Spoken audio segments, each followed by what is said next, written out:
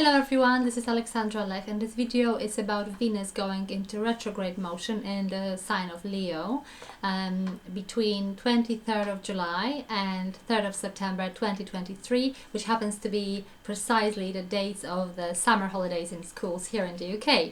So what can we expect? Venus usually stays in one sign for about a month, but in this case it will spend 4 months in Leo because of its retrograde motion. So between 5th of June and 9th of October we have Venus sailing through the sign of Leo in the zodiac.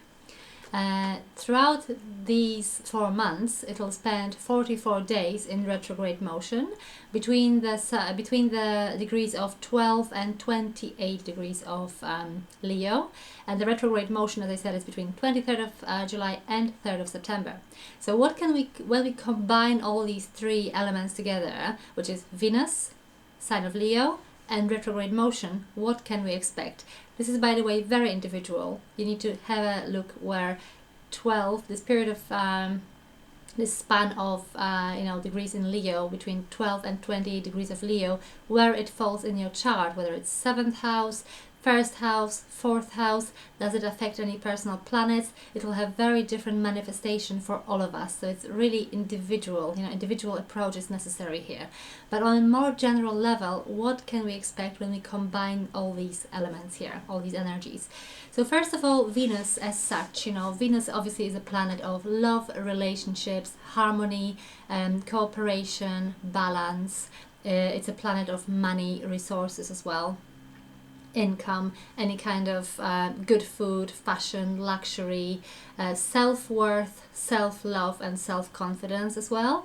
And when we look at the energy of the sign of Leo, we have glamorous energies, luxurious, glamorous, attention being paid to status, appearance, good taste and everything, enjoying, this desire to enjoy things that we do and things that we have. It's about generosity, it's about excitement, romance, being adored, feeling special, feeling exceptional. This regal, glamorous energy. This is Leo. So we have Venus in Leo. When it goes into retrograde motion from the relation, in relation to the Earth, obviously from perspective of the Earth, retrograde motion of this planet would mean that it's good time to reevaluate these elements, in our lives. It's about reevaluating, reviewing, going back on our decisions and maybe changing our values and priorities. It's very much about digging deeper and looking what is under, what is under the cover. And so it's about analyzing and truly reevaluating anything to do with relationships, finances, and all these other energies that I have mentioned that are represented by both the planet Venus and the sign of Leo. Throughout this period of time when it will sail in retrograde motion through Leo, we have a few different aspects which I won't go into detail with, but I think one is quite important and it caught my attention. It's called Kazimi. This is when Venus is going to conjunct the Sun on the 13th of August.